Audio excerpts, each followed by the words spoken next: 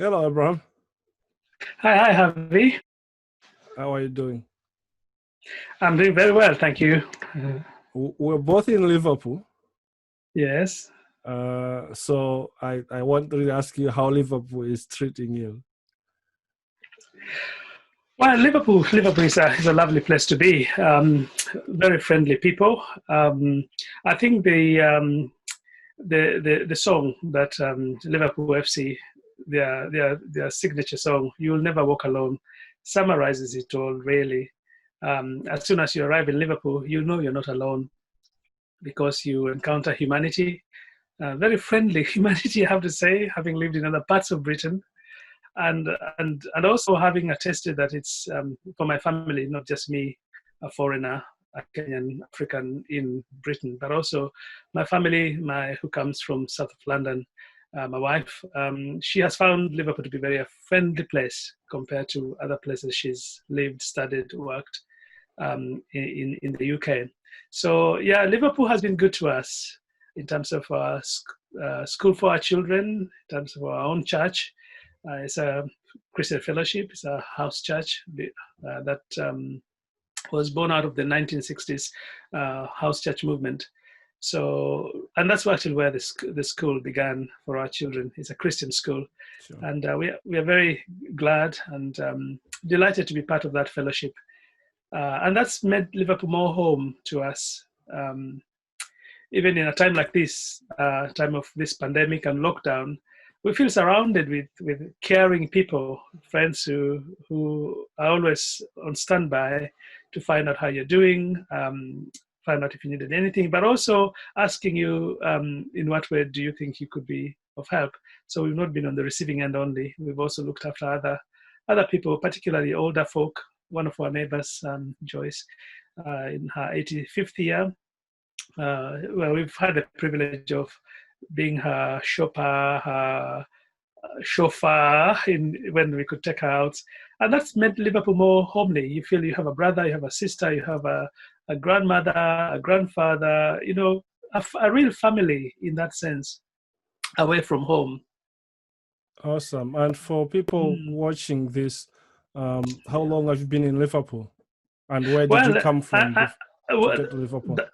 Correct, and that's for us. That is the main point. We haven't been long in Liverpool. This is our third year, but it feels like we've been here 10 years plus. But our journey to Liverpool was from Ghana, really.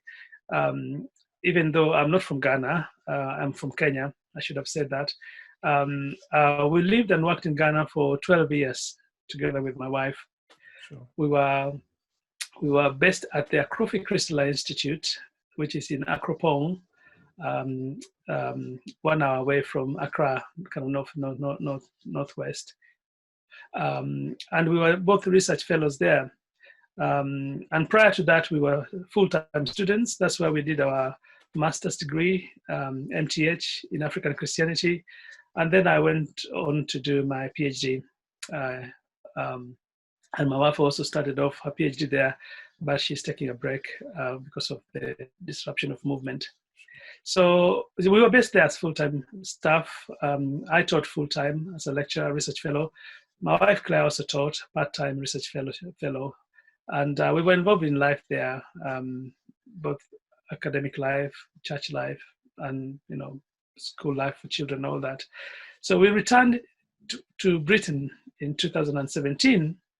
Initially, as on a sabbatical, which was based at the university, Liverpool Hope University. It was through the invitation of both the VC and Andrew Wole, and attached to the Andrew Wole Center, which provided very, very, generously and kindly provided accommodation for us for the 6 months, and then subsequently we stayed on in Liverpool to kind of go that transition, because we had known our journeys, our time in Ghana was coming to an end in terms of full-time residency there. So we found ourselves starting to deepen our roots in Liverpool. And 2.5 years later, we are now here in our own house, as I said, with the children in the school, and connections with the church, and as well as Hope University. Sure. I do commute back and forth to Ghana, sometimes 3-4 times a year. And I teach my regular courses there, as well as help supervise students. There's also a program that involves the Calvin College students from Michigan, Grand Rapids, who come once every year. Akrofi-Christaller Institute provides their orientation into the Ghana semester life. And we help them to learn about Ghana, its people, history, politics, as well as things like Christianity, African Christianity, as well, and also just living in Ghana. We also facilitate their times to stay in Ghanaian homes, so they have what they call homestays, and we arrange that so that they'll have a first-hand experience of what Ghana and Ghanaians are, rather than just read from a book or hear stories in the media. So that also is part of my engagement through Akrofi, also with external institutions. My main role being out here, even though I'm a full-time research fellow and teach and research, is also to promote partnership with like-minded schools like Hope University and others, whether it's in Africa, whether it's in the US, Asia, or other places. So it's been about a year and a half of doing that, and we are developing good networks. We're beginning to see fruit of that come about. Yeah, that's exciting. Sure. But you're from Kenya. I am from Kenya. Yes, born and bred. Can you say something about that? I'm from Kenya. I was born in Kenya. Obviously, grew up there. Went to school there, college, and we moved. My parents moved to so many different places, partly because of my dad's work, but eventually we would settle in Elbagon, which is rural Kenya, a place near Nakuru, where you have the flamingos. And so I grew up as, doing farming, which I enjoy very much. Is the thing I would rather do than do academics and other, exercises. I enjoy that immensely, just because it was from year 10 to when I finished school, you grew up learning how to do dairy farming, learning how to do mixed cropping, building houses. The area where we moved in had a large timber industry. So you learned how to work with timber. And my dad was a very good craftsman. He was also a good carpenter, even though that was not his first calling. So you learned all those things, and they have a way of gripping you, and you feel like it's a calling you ought to return to, using your hands, applying yourself, and getting, fruit and products out of that. Sure. So I have that background as well. But my family was scattered about in the country. So again, you're traversing from one city, one town, back to the rural area, again, off to college. But I left home in 1997, and that took me to Germany for a year. And while in Germany, I studied the language, which was quite an interesting experience, useful in many ways. And then came to Britain, where I began my journey, my theological journey. Went to All Nations Christian College. And then I returned to Kenya, but for several reasons, I couldn't return to complete my degree at All Nations. But through All Nations and the church I was part of in Oxford, we arranged to proceed to South Africa and complete my first degree theology there at the Evangelical Seminary of Southern Africa in Pietermaritzburg, South Africa. So that's where I went and completed my graduate studies, undergraduate studies. And then while there, I had already met Kwame Bediako through his writings.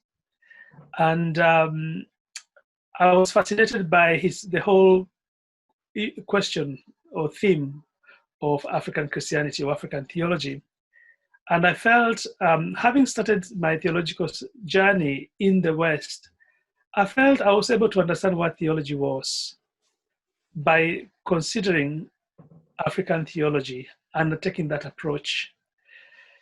And as it would happen, Kwame Bediako came to town in Pietermaritzburg, and he was doing some conference at the University of Natal. Those days it was the University of Natal, which changed to University of KwaZulu-Natal in Pietermaritzburg. A friend of mine invited me to those conferences, and I was able to attend a session and meet Bediako himself. So returned to the seminary, and during a class discussion, a philosophy class discussion, I just said, "Oh, Kwame Bediako is in town," because we were talking things to do with African philosophy, African cultures. And I said, "Why don't we invite him?" Because I heard him and I thought he had something very useful to say in our discussion. And sure enough, the lecturer was kind enough to invite Bediako, who came and gave us a full half-day lecture on what African Christianity was about, African theology, and more than that. And that's how I began to be drawn to the thinking, the ideas that Kwame Bediako stood for, and being interested in African theology, African Christianity, African identity, basically. And I felt for the first time in my life, even though I knew I was a Christian, I grew up in a Christian family. For the first time, I felt like I could connect my thinking, my intellectual identity with my spiritual identity without any conflict. And I felt this is where I belong. I'm truly an African and truly a Christian, and I ought not to differentiate or give an excuse for one or the other. So that marked the beginning of my journey. Obviously, we got to know Bediako very well, and he was always accompanied with his wife, Auntie Mary, as we call her, Professor Gillian Mary Bediako. So we got to know them well. And it is also in South Africa, in Pietermaritzburg, when I joined the master's program that was led by the Bediakos, that I met my wife, Claire. She too came to join us on the MTH program. So yes, Bediako is one of the Africans, the main African who began to touch my lives in deeper ways, connecting my intellectual quest for learning, intellectual quest for identity with my faith. But you said 3 Africans. I have to go back to my early days in primary school when a certain teacher who taught us both English and religious education, CRE as we used to call that, Mr. Njora. I ought really to credit him for having kind of awakened an interest, not only in, we didn't say theology then, we said religious, studies, or, CRE as we say then, but also the way in which, against the grain, against the expectation, he introduced us to African literature. So even though we had our own syllabus, for the primary school, and we had things we needed to read, we wrote compositions, we did free speech, but besides that, he would sneak in literature like Things Fall Apart, and he would say, "I have to read you an excerpt or a chapter from Things Fall Apart," and we began to imbibe African literature even long before it was set piece. We would become properly introduced to African literature in secondary school curriculum. But in class 7 and 8 in Kenya, we began reading African literature in class, and it was kind of an extra to what was required of you. So, and it would make you memorize some passages. Okonkwo was known throughout the 9 villages of Umuofia. His fame rested on the fact that he had arrested Amalizi the cat, whose back could not touch the ground. Things like that. And that became like the best moment in class for us. So I look back and I think Mr. Njora ought to be credited as someone who awakened my thinking in terms of, literature, in terms of theology, in terms of the interplay between Christianity and traditional religions or traditional life, Christianity and African, identity. So he's the second one. The third African, and it's hard now to limit, the influences and contribution that others have made into my life. But you have to give it to even though they may not be truly African in the sense, for cultural identity, but they were, Africanists who had imbibed Africa as their own. I mean, you're talking about someone like Professor Andrew Wole, someone like, people who you'd meet in the literature, like Geoffrey Parinder, Edwin Smith. And of course, there were other Africans whose thinking became part of that tradition of scholarship. You're talking about John Beattie. So John Beattie, being a Kenyan for me, and being Mukamba, a tribe that's not very far from Kikuyus, our languages are very similar. The word for God is the same. We say Ngai. Beattie's people, the Wakamba, they say Ngai.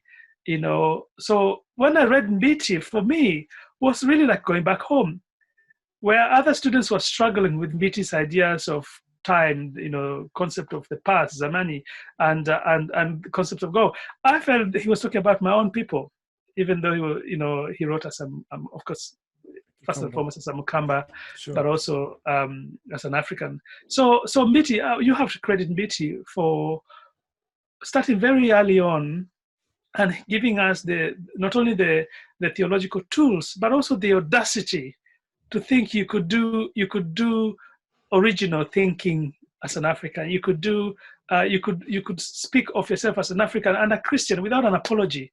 I always like to add, without a footnote, with full confidence. And when you begin to engage with people like Beattie, learn, he was of course a church person, a very committed Christian involved with the church, but also a very astute scholar, theologian. When you began to understand the person and reconcile his mind, his thinking with his own background, his own faith, it takes you deeper. I like to say to our students, when you read someone like Beattie, or any author for that matter, you ought to begin with a preface, where an author, a writer, bears his soul. He invites you to see to look into his life, his heart of hearts in terms of his mind.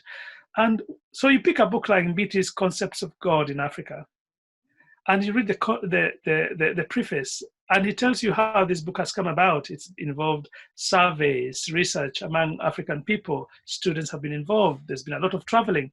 And then he ends that preface with the following words: "May God forgive me for trying ever so imperfectly to say something of him with so much, imperfection."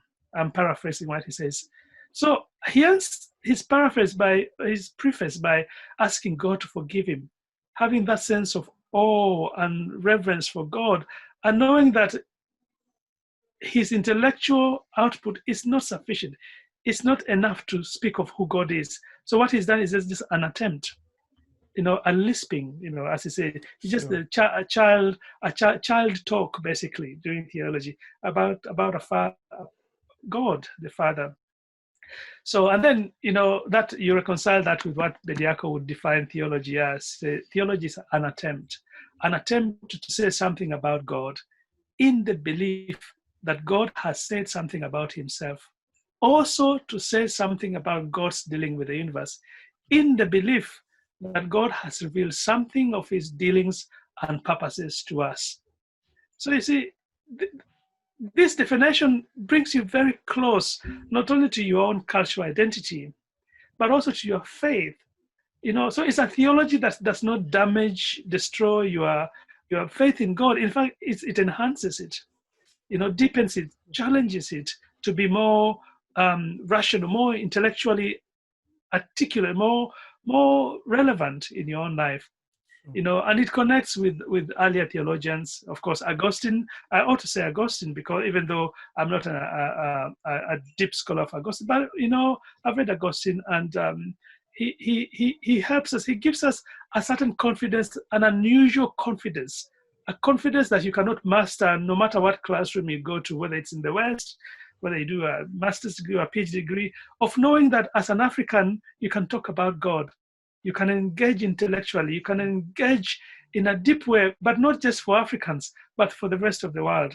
Sure. That confidence, that audacity, so Augustine, and he's the one, you go back to when it comes to understanding theology as faith-seeking understanding.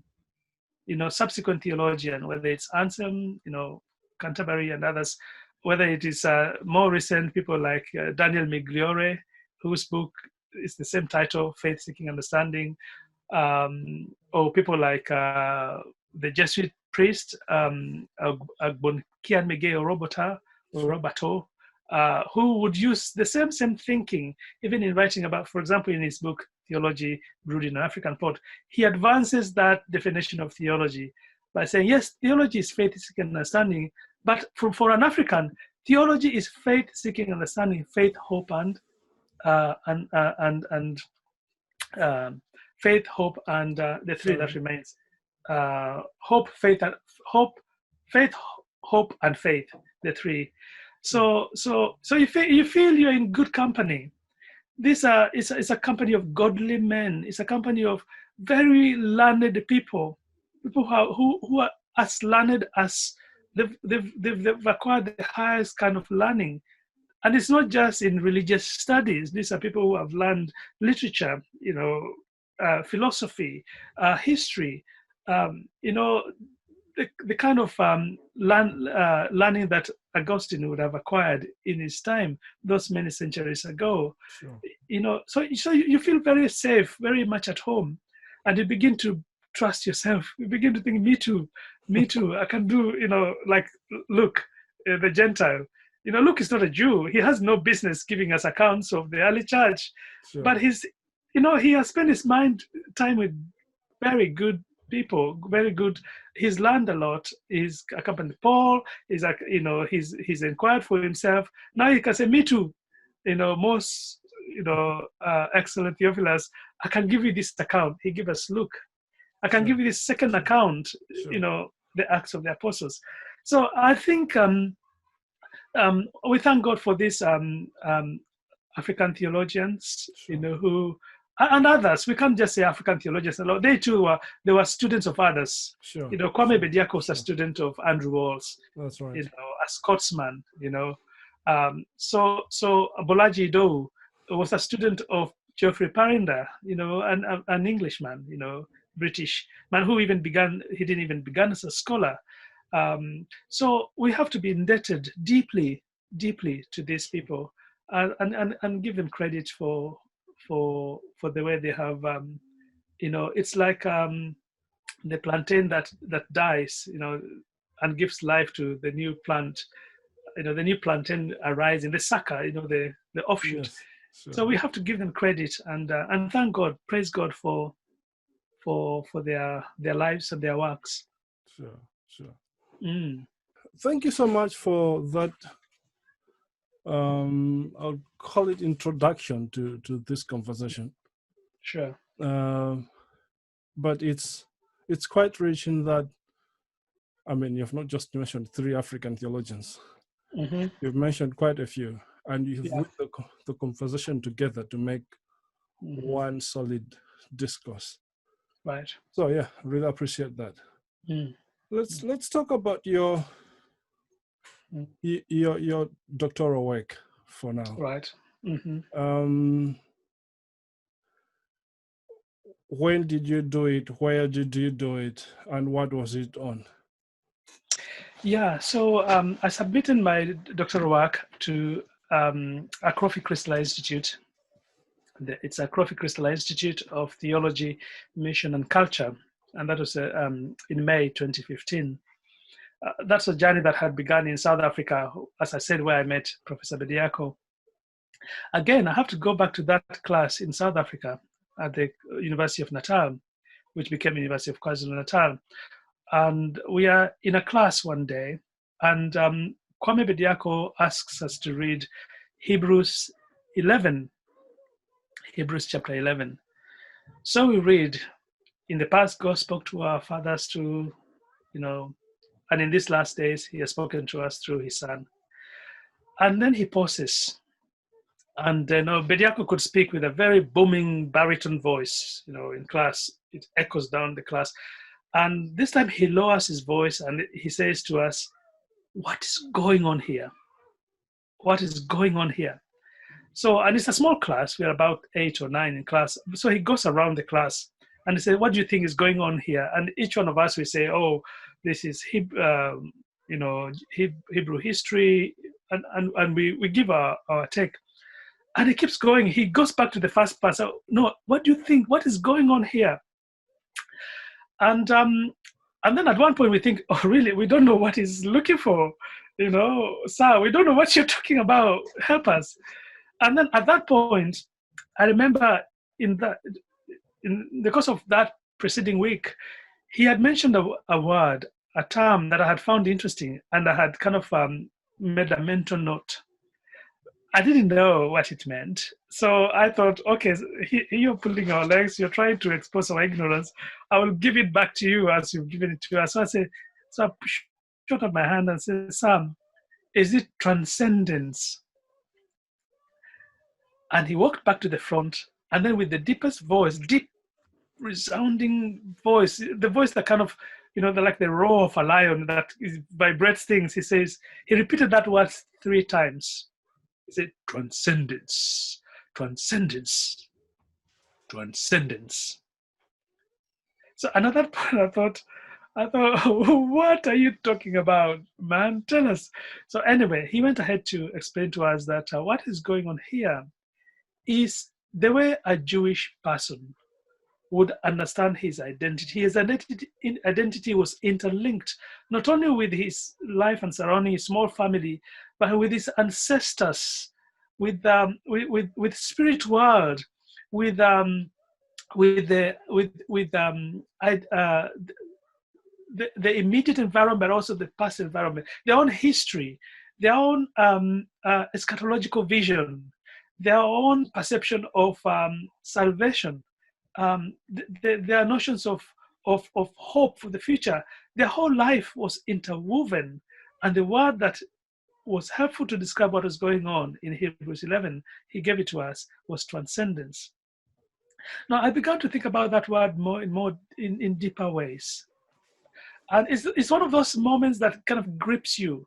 We would learn later from Bediako that scholarship is caught, not taught. Scholarship is caught, not taught. And I think that word, that moment in class helped me to catch that whole notion of transcendence. And when I read people like Mbiti afterwards, I realized that notion of transcendence was not far from an African life. Because when Mbiti talks about African life, African ontology, and he talks about ancestors, he talks about spirits, he talks about the unborn, the dead, the living dead, spirit world. He's talking about a world as the Jews would understand it. It is transcendence, and you need spirit world. You need a supreme being to infuse that existence with meaning. So to give an overarching dimension that holds everything together. So I began to see how God, a belief in God, brings meaning to a people's life, brings meaning to a people's self-awareness. So that word became the driving force for my research, for my master's work, and subsequently for my doctoral work. And it's like the key, the master key, that term that was bequeathed to me to open doors. Now I have to say, naively, I thought I had enough capacity to open any door with that key. So I recalled, it came back to me. I've always had an interest in literature, and I thought I'm going to use this key to open the world of literature, African literature. And that's what I did. I hadn't studied literature in university for my first degree. I just had a passion and interest. And I selected 5 African writers. Of course, I began at home. Charity begins at home. I began with Ngugi wa Thiong'o. I selected Chinua Achebe, who was one of my best African writer, if you like, having started very early on, as I said, in primary school. And I went back to East Africa, Okot Pibitek from Uganda. At that time, we were familiar with his poems. We had to do some of his poems in school.